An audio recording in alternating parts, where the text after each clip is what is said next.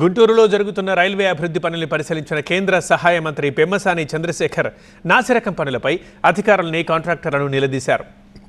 ఈ సందర్భంగా అమృత్ భారత్ ప్రాజెక్ట్ని 6 నెలల్లో మల్టీ ట్రాకింగ్ సిస్టమ్ని 2026 మార్చి కల్లా పూర్తి చేస్తామని డిఆర్ఎం హామీ ఇచ్చారు.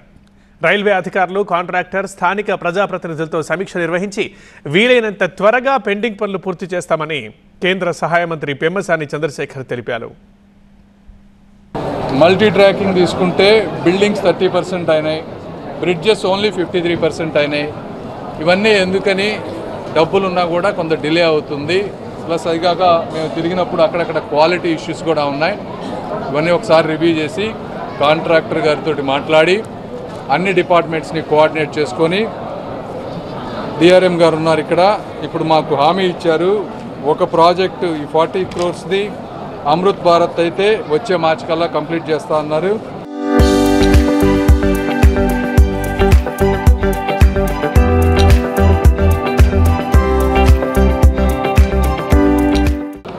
అదేవిధంగా మల్టీ ట్రాకింగ్ అయితే ఎప్పటిలోపు కంప్లీట్ చేస్తాను?